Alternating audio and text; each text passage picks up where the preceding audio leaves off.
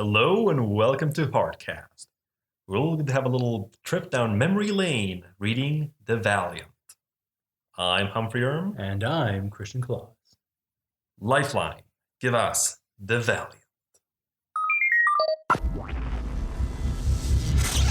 Now, this is a very special episode because we are sitting right next to each other on the same couch, and it feels kind of weird not staring into my microphone while I talk to you, Humphrey. So, I'm staring at the microphone and ignoring you, but Well, whatever works. I guess so. And for those who don't doubt us, Stop hitting me, Humphrey! Stop hitting me! exactly. Could we fake that? Anyways, but this one has a this volume is kind of interesting though, because you've already read it. Yes, I have. Years ago. Actually, yeah. How many years has it been? Must have been like 4 or 5 years ago. No. Or no, 2 maybe? Really? It's been longer. It's been longer. Well, either way, it was a little while ago, and it was another attempt on me to try to get Chris into Valiant. I managed to convince him to do it for scientific purposes, because what's called Valiant Publishing have themselves said that the Valiant was supposed to be like a jumping on point. And I was reading a lot of reviews that were saying it's a perfect jumping on point for people. And I was just curious, is it really? Because it's I like it a lot, but is it a good jumping on point? So I managed to convince Chris to read through it, and then I was basically interviewing him about things he liked and what he thought about it. And was he interested in this world, these characters? Would he buy the next one? And in a lot of ways, you could think that recording was the first recording of Hardcast. Proto Hardcast. Actually, we should probably publish that at some point. You know, maybe make a bonus episode out of that or something. Yeah, no, that could be something. Just edit together all the best kind of things. Maybe we'll do that next week. I don't know. We'll see. We'll save that for the next time we don't have an episode ready. Yeah, because someone was in Finland or something. Or in Sweden. Yeah. But yeah, no, that'd be great. But yeah, that's just a little background in terms of both because usually otherwise it's the same thing. You know, Chris hasn't read it, I have read it. So that's kind of our little take on it. But honestly, I just want to hear from you right now, Chris. If you can remember what you felt like reading it the first time. I can't. I can't at all. What question is that? I mean, come on. You know me. Everyone knows me who's been listening to this podcast for the last 50 episodes. 50 episodes, y'all. Woo! Everyone who's been listening to this for the last 50 episodes knows that I do not remember things that even happened last week. So why would I remember something that happened 2 to 3 years ago? Yeah, well, I don't know. It was a special thing. I was hoping you maybe remembered a bit of how you reacted to things. Again, we've talked about this before as well. I'm not as much of a nerd as you are in the sense of I can't remember these things. I just recently, what was it? You remembered literal quotes today. We were talking about this. You remembered literal quotes of something that you've seen 2 or 3 times, word for word. And I'm like, how do you know that? It's all you said was, well, if it's good, I remember it. And it's how does that even work? My favorite things in the world, I can't remember the exact wording of. I can remember kind of what it was, but then I just... Yeah, you paraphrase it. Yeah, I paraphrase it. Well, I've been wrong before about certain quotes, but yeah. I don't know. I just managed it. No, but I remember when I was... I don't know if I remember this correctly now, or if I'm kind of seeing it differently because I've now read it again and kind of... There were points where during the book, I realized I can enjoy this more because I know the characters. So I'm kind of thinking logically that I must have been pretty confused about some of these people. Especially, well, do you want to talk about the big fight scene in the middle where all the characters come in? I remember a lot of things you mentioned about that. So. Oh, yeah? Well, then maybe you could tell me what I said because I don't remember. But because I feel like the whole thing is a really good standalone story, except for that middle part where they all attack together. Because obviously when I'm looking at these kind of things, like the whole battle there with these people, uh, it's like especially this page here on page 69 with whatever her name is, Punk Mambo. Punk Mambo. That's the one. Like, who the hell is that? You know what I mean? Like if I wouldn't have read any of the other ones, I would have not known who any of these people were. Who are these people shooting? It's like, and also, how is no one commenting on this in world?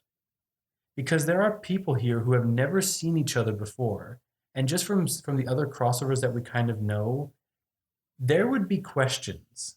You know what I mean? Like, so many people would be like, "Wait, is that a goat with lasers coming out of its eyes?" Like, you know what I mean? Like, there's so many people here who just do not mix. Like, if I'm thinking back to all the crossovers that we've had and all the stories that we've been reading through, why is Dr. Mirage in this?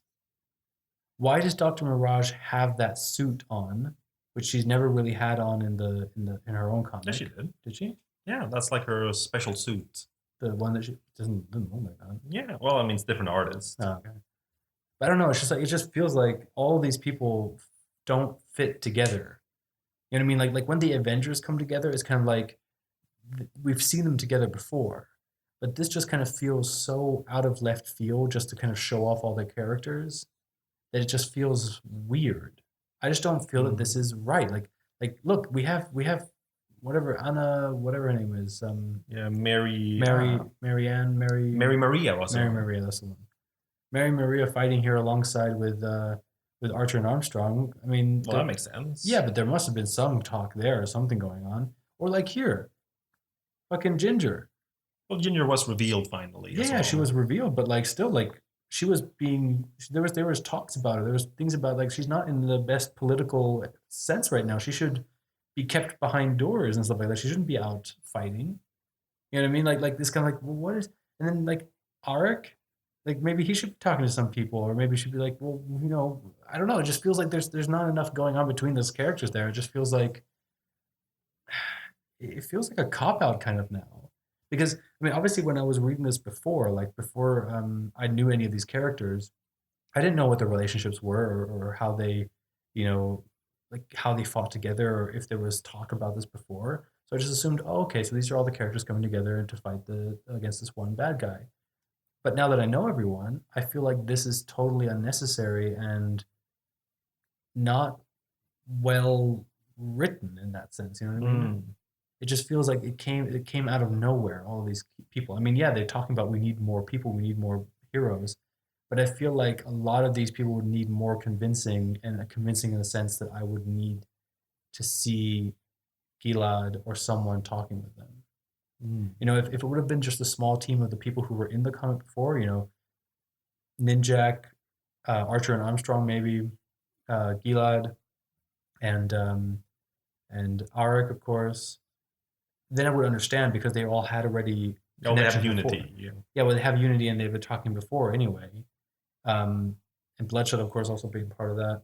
But with this, it just feels so unnecessary that all these other characters are here, other than to show, yeah, other than to show off the characters. I mean, obviously, some of the big names aren't there. Like Peter isn't there. Well, you know, he's out in space. Well, obviously, I mean that would have been a real weird if they would appear.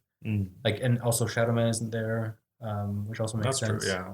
But yeah, you know, you know what I mean. It does feel very much like, oh, look at all the roster of characters that we have, instead of these characters make sense in the storyline.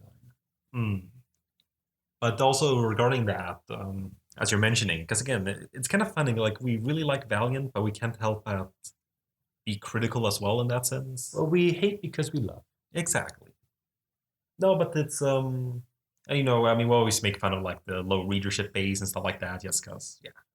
But honestly, and I remember you were discussing that when you were reading it the first time as well, because I remember I really wanted your opinion on that spread. Yeah. Because as I mentioned in that interview we were doing, it was called the Valiant has used this spread a lot, like when like advertising and such. Like a lot of people, when you're writing an article, the few times they do. No, that's not When the mean. blogs write the article that they get paid for. Yeah, no, but usually they'll have this is like the one they like to use because it's one of those nice pages where you have all the characters. But the thing is, sure, there are definitely. I mean, we know the characters and we know they're fun. But looking at it here, it feels very bland somehow. Yeah, because they're not all attacking; they're just moving. You know what I mean? Yeah, but also design wise. I mean, we have Generation Zero in the background here, Yeah. and we know who they are. So we know, like, okay, they're Psyops and their powers. But really, just looking here as someone who doesn't know, Mhm. and they don't, I don't think really they got to do anything that we got to No, they see. didn't get to do anything special in that sense. Yeah, or that was brought attention to.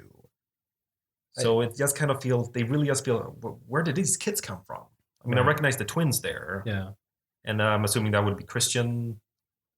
I So I had no idea who they were because yeah, obviously I don't remember stuff.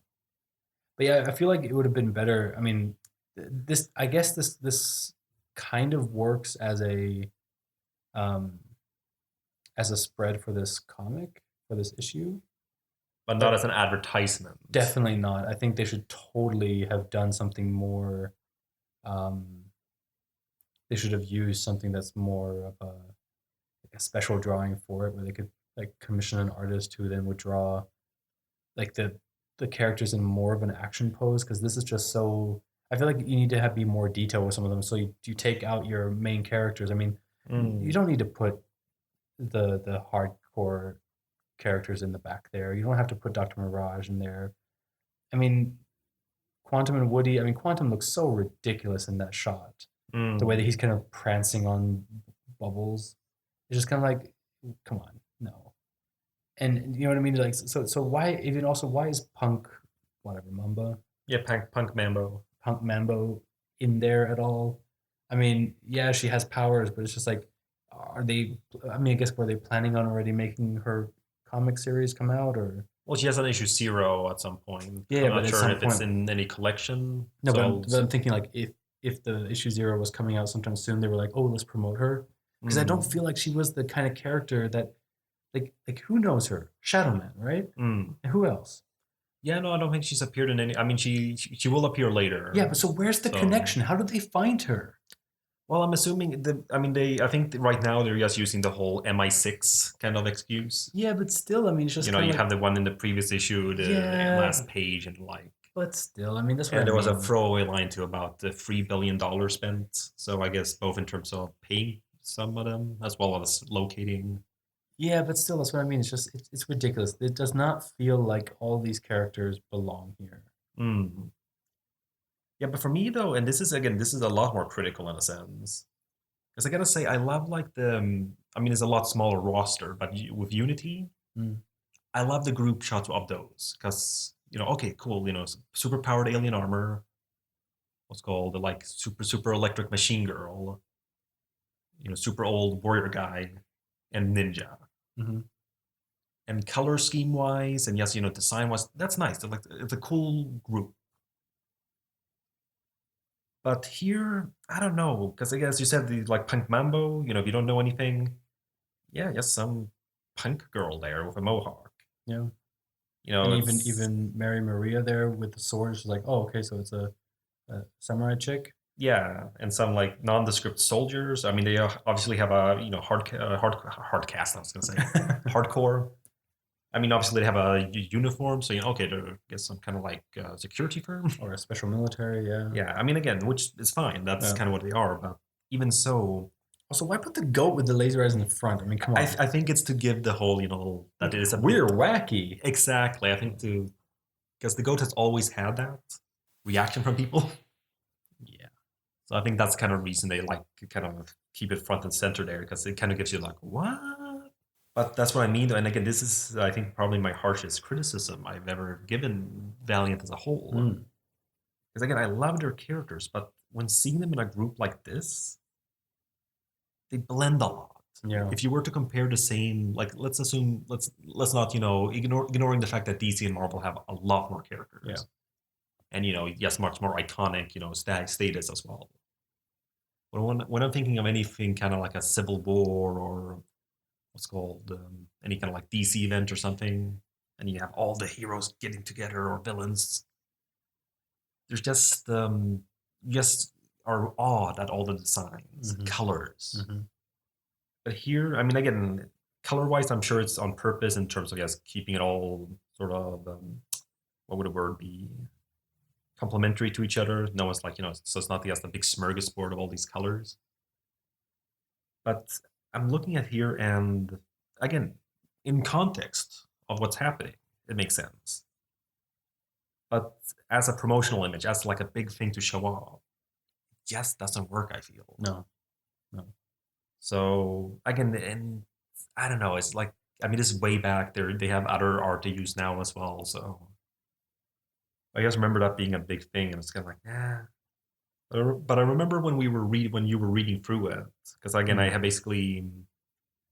was constantly asking you what your thoughts were. It was, of course, kind of like one of those complicated things, because either you like it or you don't. Wait, how did we do the recording last time? Did we do it that I read a chapter and then you asked me questions, or how did we do it? Yeah, also you'd read one chapter, and I had like questions for it. Like you Yeah. had to finish them, Yeah, yeah. but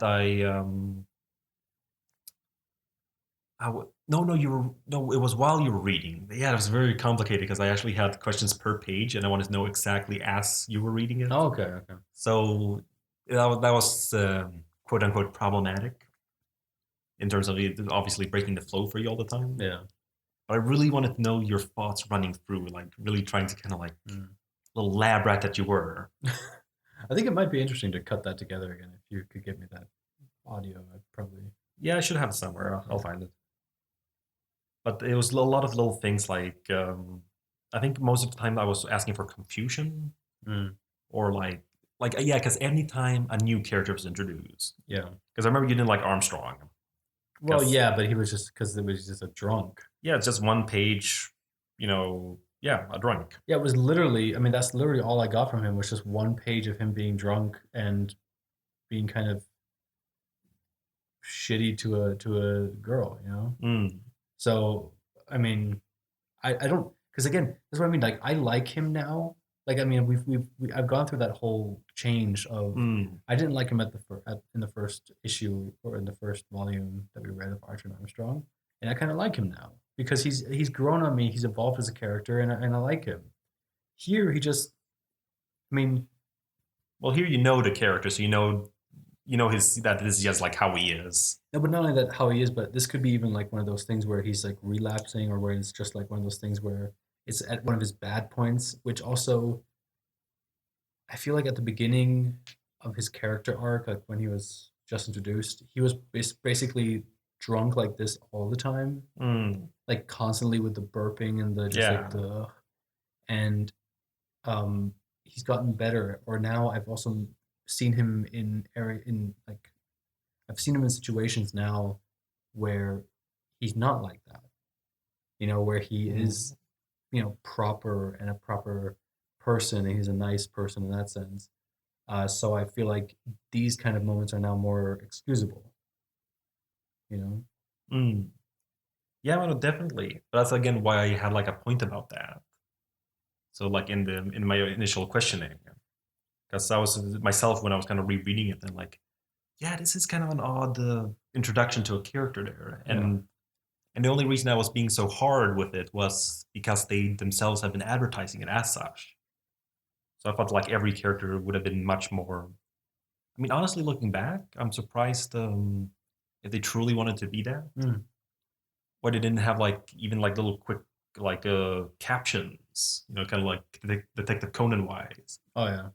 Just a quick thing where it would say like what's called Armstrong or like well yeah you have that in the yeah you have it in the beginning here, but it's in the volume. I'm actually not unsure with the issues. Well, that's within the issue. Yeah. That's the within the issue. Oh, okay. So you do get something there. Yeah, you get to something at the beginning of the issue for those who aren't watching us because no one's watching us. That's true. There is at the beginning of the Valiant, the issue 1 of the Valiant. But even so, like within the story, I feel. Yeah, I know, but I mean, yeah, it's part of it. So this, I guess, could be seen as like a prologue in a movie. yeah, but also you have just wait. You don't have enough space to put that kind of stuff in there. True. But I mean, I understand what you mean, but I just feel like that's why it's hard to say that this is a jumping on point, because you can't do a major crossover and call it a jumping on point. It's not.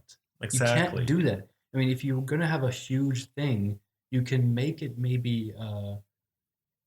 I think I think if you left it down to those couple of characters, because you can kind of focus in on their powers and kind of show them that they're cool, and Mm. people will go and say like, "Ooh, I should probably go check this guy out because I kind of like his powers or whatever," and then that would make it a jumping on point.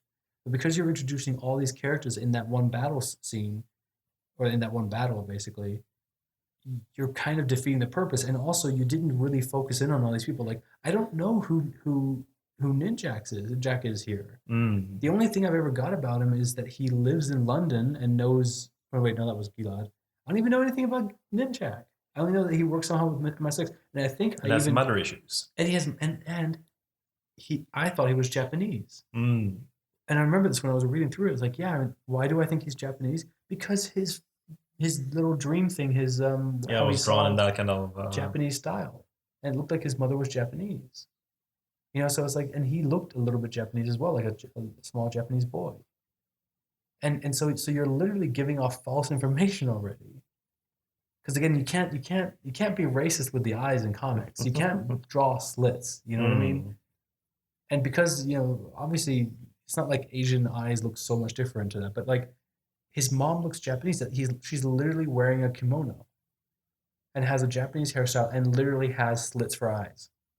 So unless he's half Japanese, half English, which could be the case, I don't know. I can't remember. There was like a Ninjak series where you could see his parents, but I can't remember it really.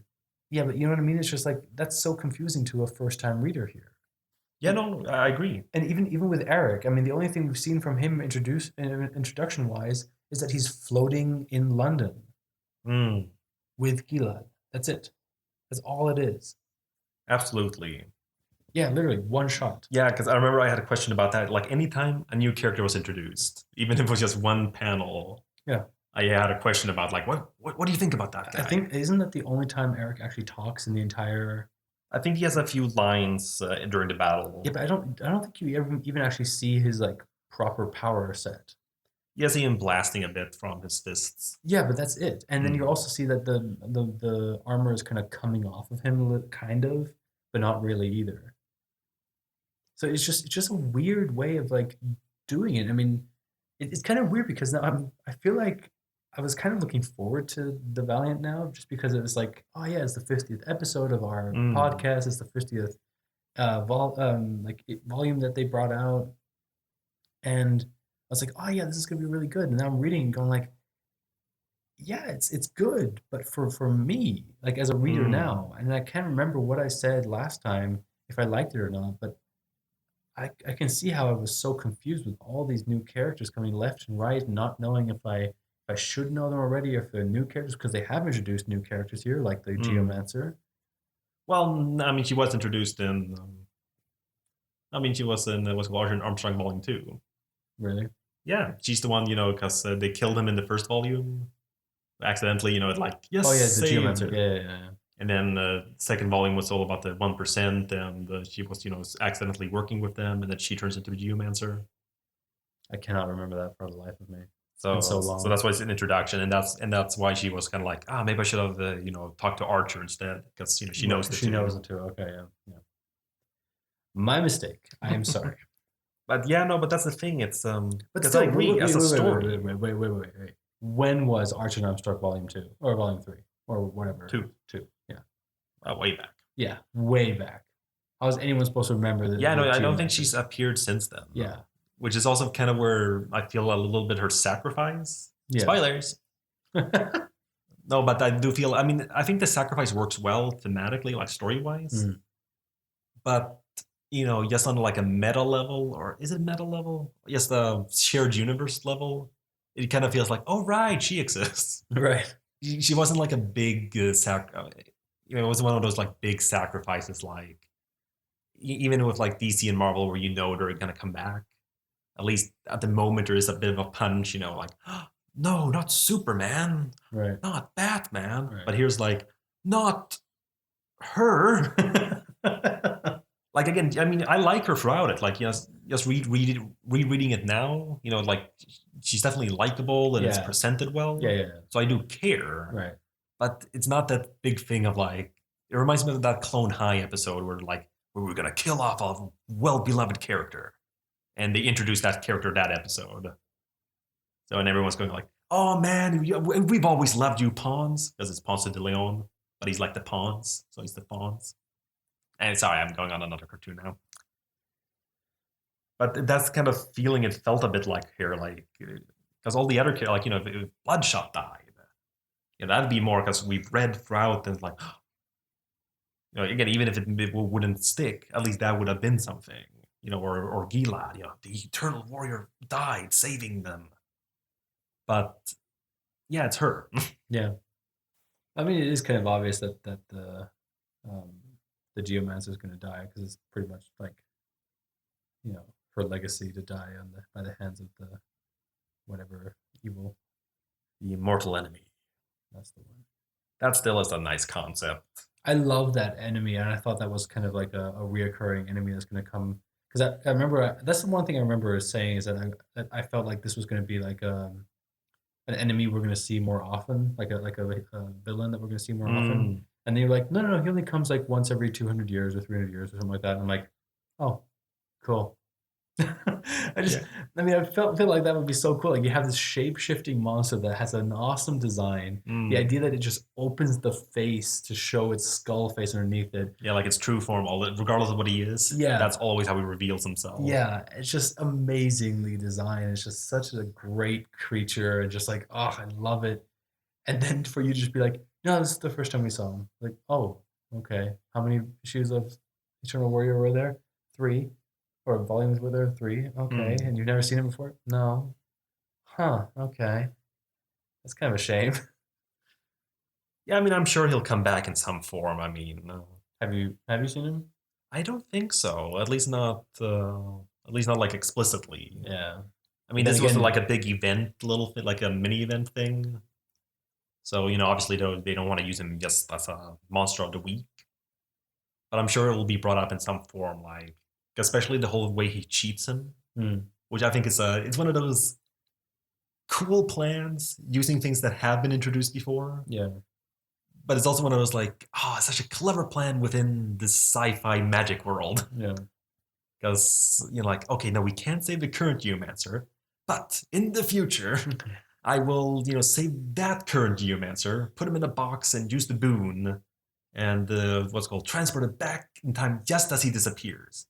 So in a sense, we'll have freedom during all this time because we will have a Geomancer, and right. Just like man, such a. Though I mean, we haven't gotten there yet, but there are repercussions from what he does. Well, I would hope so. Yeah, and I think they make sense too. Like I remember, like, that's so cool. Cool. So, but I think it'll be a little while till we get there. Oh, and we should also point because I remember you made fun of it as you were rereading it today, and I remember way back too at the Bloodshot introduction. Did I make fun of that today? Yeah, you just were quoting the whole "as you know." Oh yeah, because it's just so on the nose. I mean the exposition. Yeah. Oh man, if you want to see bad exposition, you gotta watch. What was the movie called that I watched? I can't remember. I keep on saying Lumiere. Oh, Valerian. Valerian, that's the one. Why did I say Lumiere? Maybe because he's French. Because French and like I don't know. Yeah, I watched Valerian the other day, or last week when I was in Finland, and the whole like first couple of minutes where they're like together, so many of those sentences start with "as you know," or like these kind of like, "Oh yeah, great, the commander of this who has this thing and has this thing and can do that thing," and I was just cringing so bad. I was like, "Oh come on, the exposition, it hurts." But I mean, the rest of the movie was actually pretty great, and if you want a nice little popcorn film, go check it out. It's pretty good. Also a comic based on a movie, and if you like little alien monsters, go check it out too. It's really fun. Yay. And actually, I always hated Carla Delevingne, like the woman there. Because I don't know, I just didn't like her face for some reason. Because it's just like, ugh, no. But she's actually a really good actress. Like I always thought, like so many like models who become actresses who are never like the greatest actresses or like really good. But she was actually really convincing, and I actually really liked her, like the way that she was, her delivery of jokes and stuff like that, and stuff like that. So All right, cool. pretty good. I definitely, you should go watch it. Yeah, I'll see. But yeah, I mean, I remember you were joking about it way back. Are you fucking kidding me? They're literally building a house right next to us right now while we're recording. They're building a fucking sauna or something. I don't know. And they're drilling. So if you hear any drilling or hammering or anything like that, it's my neighbors. They just don't understand that it's almost 8 o'clock in Germany. It's Uhrzeit, you piece of shite. Right. Oh well. But yeah, not just these little gems here, like tell me again why I'm in the middle of the jungle, Neville. Yeah. It's one of those because, Bloodshot, those incredible nanites in your blood allow you to take a beating or a bullet like no other MI6 agent. Yeah. Yeah, I know why I'm here, but why am I here? So these mercenaries work for Project Rising Spirit, your old puppet masters. Look, here's the thing. I mean, exposition, it hurts. It hurts when it's really badly done, but it's so hard. And sometimes you just have to bite the bullet. Sometimes you just have to be like, you know what? Instead of trying to like sitting here for like weeks and weeks trying to figure out how to bring across this information naturally, let's just get through it together. It's like hold me in the hand, like hold my hand, and let's just bite our teeth together, grit our teeth together, and just get through this one page. Then you understand everything, and then we can get back to the story. Okay. And I feel like a lot of these, when we talk about how bad, like this bad exposition, when it like really stings, you know, it's only just for a minute. You know what I mean? It's just a band-aid. Yes, basically just is pulling off the band-aid. It's like, all right, we're done now. Now we can get on with everything. You know what's going on. You know who these people are. Let's just do it. Okay. And the worst thing is if the exposition didn't like, if the exposition didn't amount to anything. Like if we didn't need to know that this person was like, like if you were doing exposition about me, you don't need to tell people. Like for this podcast, we never said like, and as you know, I went to school in 4 different countries, and it's all that kind of shit. You don't have to like talk about it because it's not relevant, right? But like with this, it was probably one of those things where they were like, oh, we want to make this, we want to advertise this as a jumping on point for people. So you kind of have to explain people's powers. And especially with Bloodshot, it's very important because it was very important to his story throughout this. Yeah, no, he has a big role in this, so Yeah. he definitely needed it. He definitely did. So we can't help but make fun of it. So I see you're zooming in on this page, and I want to kind of talk about this. Okay. He's on the page right now, page 72, which is also it's basically showing everyone's fears, because that's what the eternal enemy or the immortal enemy is kind of doing.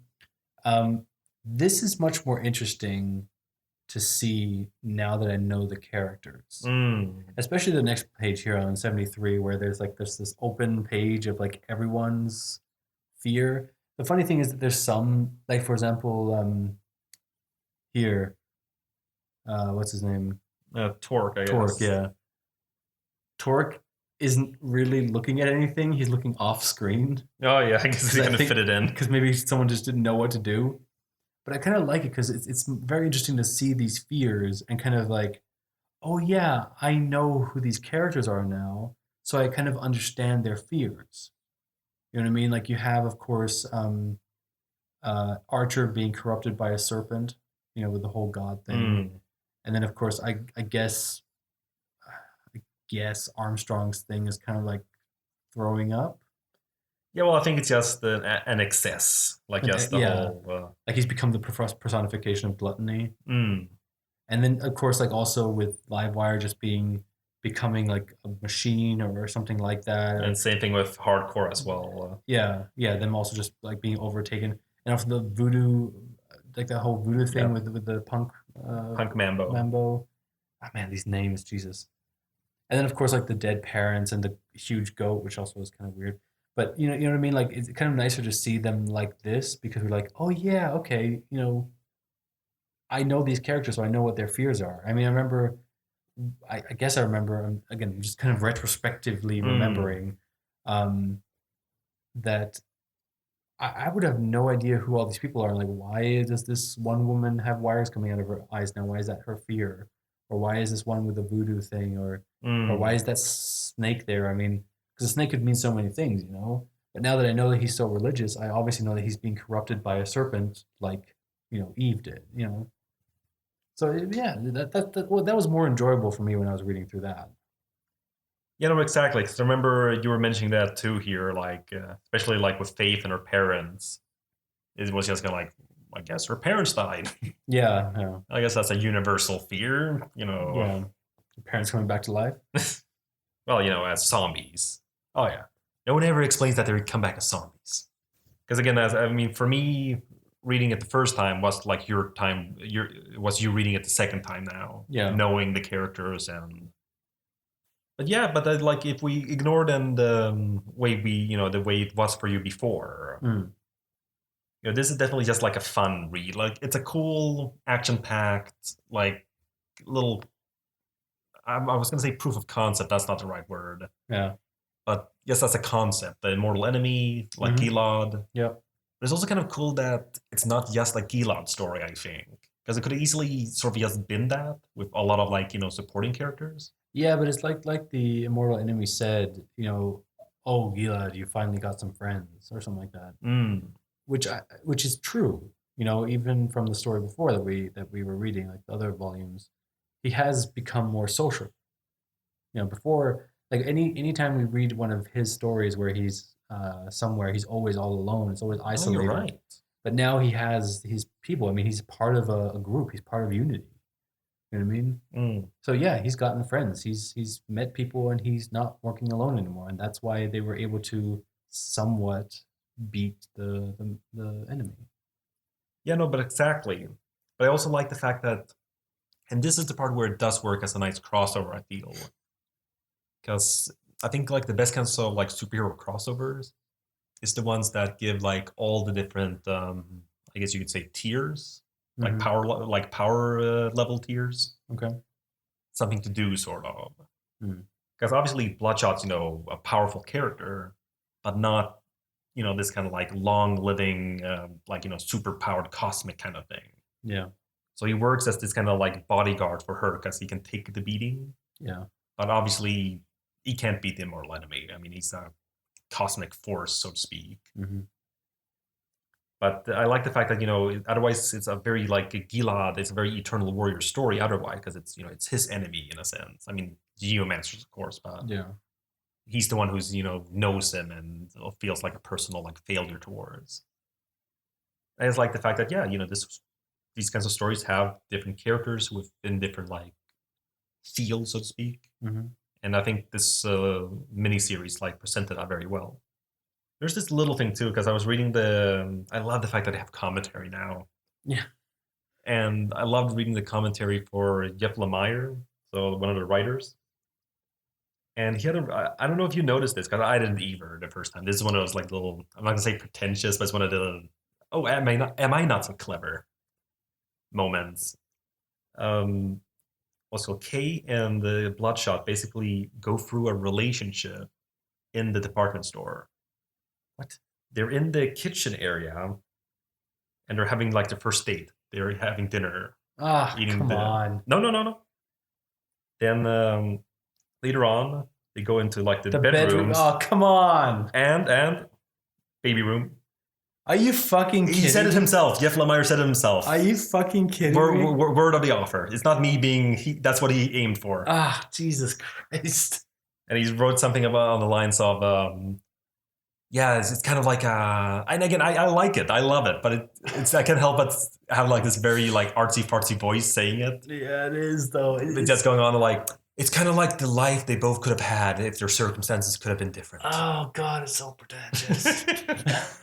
You hear that, Lefty Lemire? By the way, you want to come on as a guest? I like it because I think it's subtle. You don't notice it. No, I didn't notice it. I didn't Exactly, notice me neither.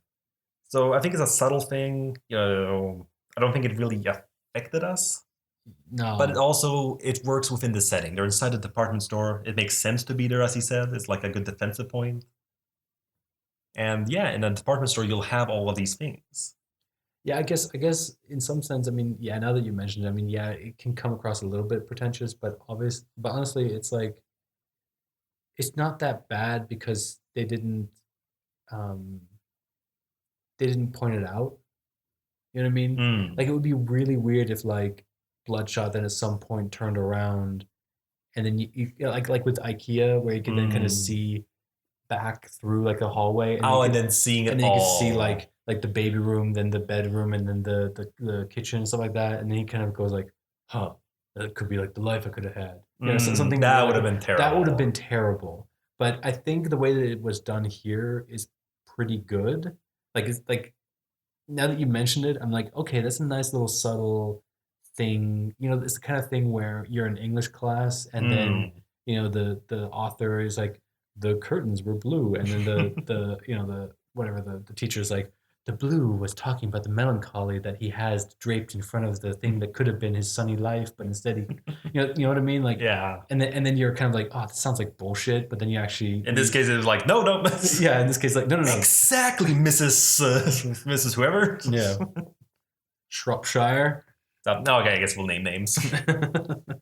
Yeah, no, but I like stuff like that though. I mean, and we go through the whole same things too. Like when I mean, I remember working on my short film. Yeah. Again, we weren't going through like these things exactly, but it was that kind of, what are we saying when we're presenting it like this? And it sounds so pretentious when you're saying it out loud, Yeah.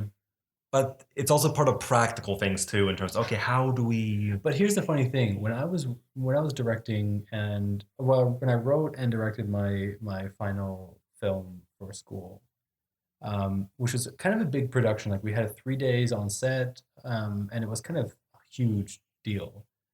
Um, we I didn't think of any of this kind of stuff. I never second guessed any of the things where I was like, all right, so what are we thinking about this? What are we doing here? Like, what's the thing? And again, I'm never going to direct in my life again because I'm not. I don't know what it was. Maybe it was just the school was shitty. Maybe we were just all shitty. Like the whole team was shitty because we had so many problems the whole way through. But here's the difference.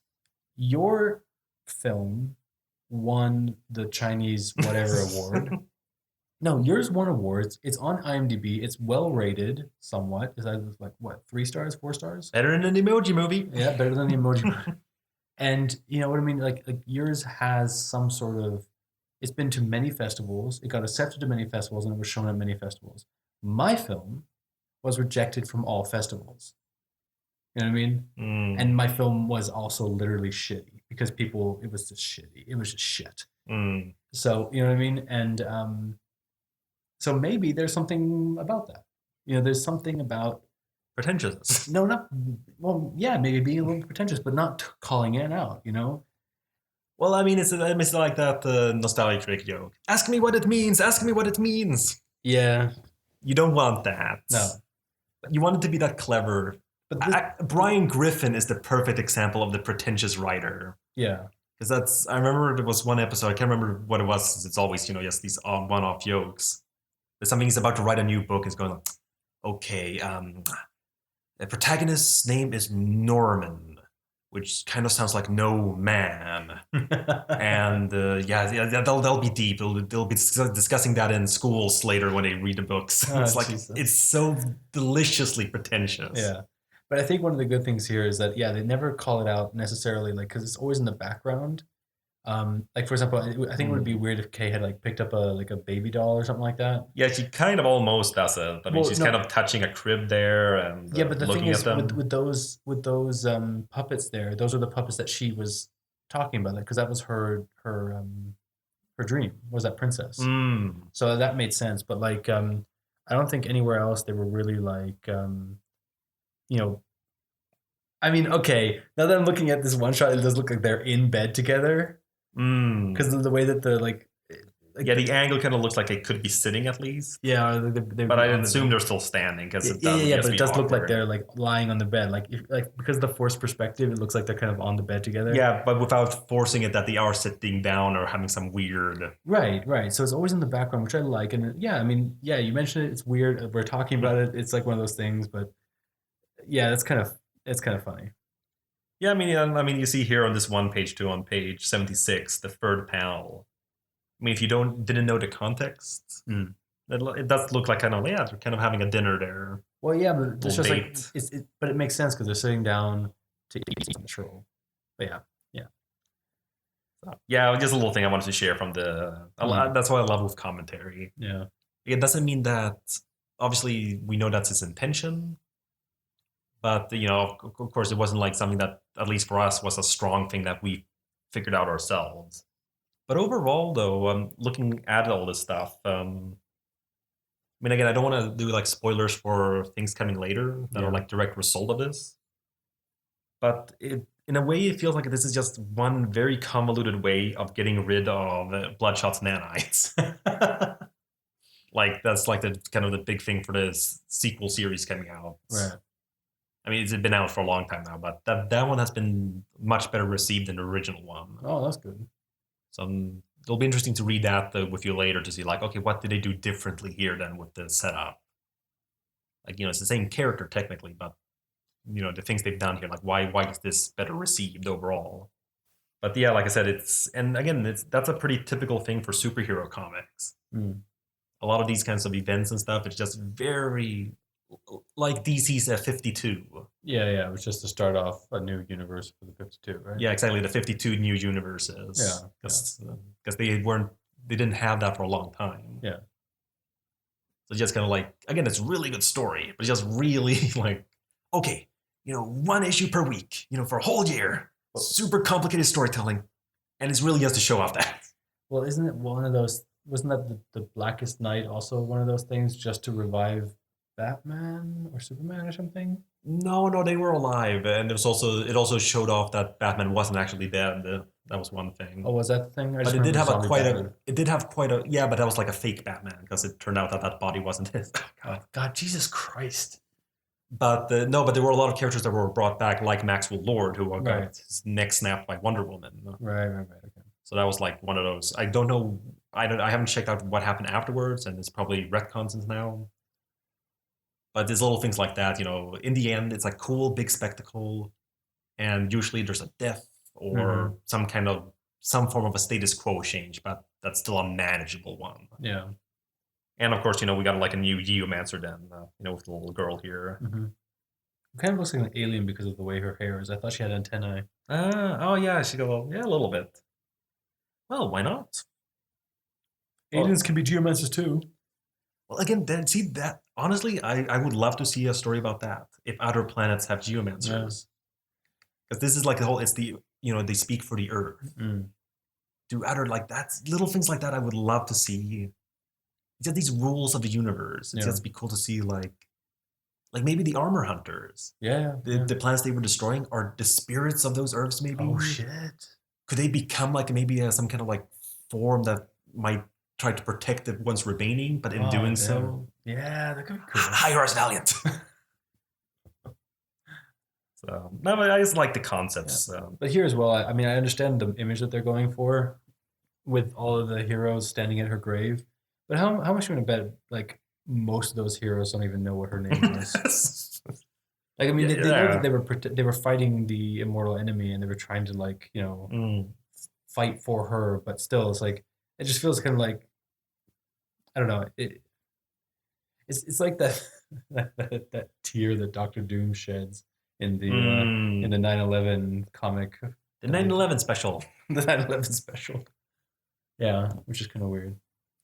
Yeah, no, I mean, again, it's as you said, it's one of those things. It works as like a story flow. Yeah, but it's one of those things where you do one. I mean, I guess they're just polite. I mean, yeah, I didn't know her.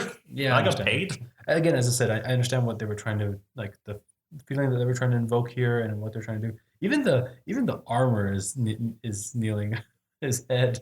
Oh yeah, true. I never thought about that. The helmet, yeah. The helmet is actually hovering in the air, and also is knelt forward to show like that they're That's pretty cool. Yeah, that's kind of cool. And now the Geomancer has truly become part of the Earth. Oh, I thought that was actually the line. No. They're like, what, really? Yeah, but again, that's the kind of thing here. We're kind of getting like the two stories that directly result from this here. I love how Bloodshot's face is so generic, even the puppets have the same face. Oh my god, you're right. That's gotta be on purpose. That has to be. I mean, if the guy goes through all that trouble with the backgrounds, yeah, like, oh guys, we're going through a whole relationship here. Maybe that's an indicator that they won't be able to find him very quickly because he has such a generic face. Well, that's maybe a little bit, but for me, if we're gonna go like actually like artsy with it, Yeah. I think it's the idea that he is generic in the sense he doesn't know who he is. Yeah, It's yeah, just maybe that it's a metaphor. exactly. It's a metaphor. Ask me what it means. Ask me what it means. But again, it works. Yeah, it works. But that's the thing here. We get, this is the two stories we get here. We get the Bloodshot without his nanites. That shot looks like the one at the end of Incredible Hulk. Incredible Hulk when he walks away sadly. I can never hum the tune. No, that's See, we can sing together now because we're not lagged from our Skype connection. Exactly. So yeah, the story we get now is that we have a new geomancer who's being trained to fight by Gilad, and Mr. Bloodshot is on his way out. Exactly. With the sun there as a red spot. Oh shit, the metaphors are everywhere. So, yeah, that was going to be interesting. Actually, this too. Yeah, because I thought that must mean something like that. It does. What does it mean? Well, it's for the next event. That's pretty close. That'll come relatively close to us. Actually, I think I might. Do I have it opened? Come relatively close to us. Yeah, no, but do you have a Pinkie Pie Chrome theme? No, Fluttershy. Oh yeah, whatever. Let's see. Divinity? No. That's gonna be fun though. Let's see here. No, it'll be a while. It'll be weeks. But yeah, it's gonna be the Book of Death. The Book of Death is long and boring. It was written. But that's gonna be a fun read because I think it'll basically be 2 episodes. It'll be the main story, and then it'll be the 4 tie-in books. Oh Jesus, more tie-in books? No, but these are good ones. Fine, I'll believe you. Honestly, Valiant can't do much wrong. I kind of really like them. Do you want to talk about that real quick before we finish up? Which one? Just generally, 50 episodes. Oh yeah. Well, I mean, on my end, because as I said in the bonus episode last week. So which I listened to, and it was actually really great. Was it? Yeah. Oh well, thank you. I really liked that episode. It was really nice to hear your thoughts and your background of the whole thing. It was really cute and really sweet. Well, it was kind of fun for me too, because it's one of those things you've had in your head, you kind of know, but then actually saying them and double checking. When did I download? Okay, I downloaded them. Not quite sure if I read them in the order I downloaded there. Right. I do remember seeing that and not knowing about that, and yeah, it was really nice. It was actually a really nice episode. But I gotta be honest. I mean, I love Valiant, but I think, and this isn't to say that I would like dump it easily now because I am invested. Yeah. But I think it is, as I've heard some people recall it, as the hipster superhero universe.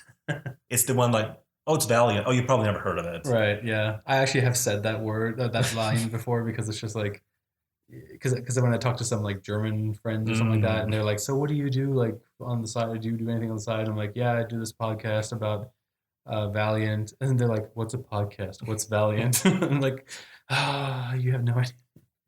So no, but exactly. But I think that's part of the fun, and as we were discussing early on as well, because it's fresher, it's newer. Yeah. The fact that the things do change and that they do like switch it up. It is an interesting read, and it feels like we are part of it. Yeah. Even if DC and Marvel keep doing events and they are doing things, it's just not. They still have a core. Like they have, like it or not, they do have sort of like the classic version of everything. Yeah. At some point, it stopped, and everything else is just for the comic book readers, not for the general public. Since there is no general public. We are general public for this, right? So it is a living story. So yeah, that's what I feel about Valiant after 50 issues or 50 episodes. Well, 50 episodes, yeah.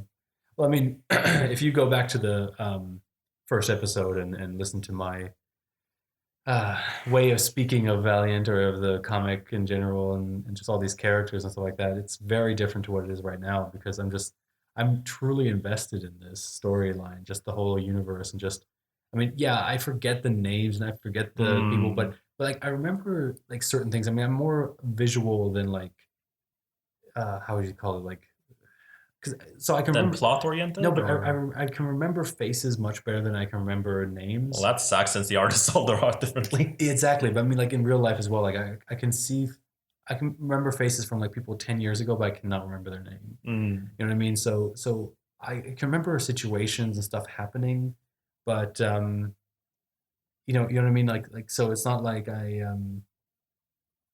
like my lack of remembering all these names and stuff like that. It's not doesn't show that I'm disinterested in it. It's just the way that my mind works. Um, but yeah, I really do love it. So every time now, I mean, of course, there's some characters that I still don't want to read. Yeah, it's a chore to read that you're like, ah, crap, it's Yeah, that guy. but those chores are getting less and less. You know what I Mm. mean? Like, sure, every time there's a Harbinger one out there, I'm going to groan when I read it. But then there's some Harbingers that I enjoy. You know what I mean? And obviously, yeah, I'd love to just watch or just read Ray and Arai and Eternal Warrior and stuff like that, and Unity and Bloodshot and Archer and Armstrong even. Let's talk about that. But you know what I mean? It's just like it's interesting, and I'm really glad we're doing this actually, and we're kind of pulling it off. 50 episodes is kind of a Yeah, no, I'm very proud of ourselves too. yeah. So now it's up to another 50.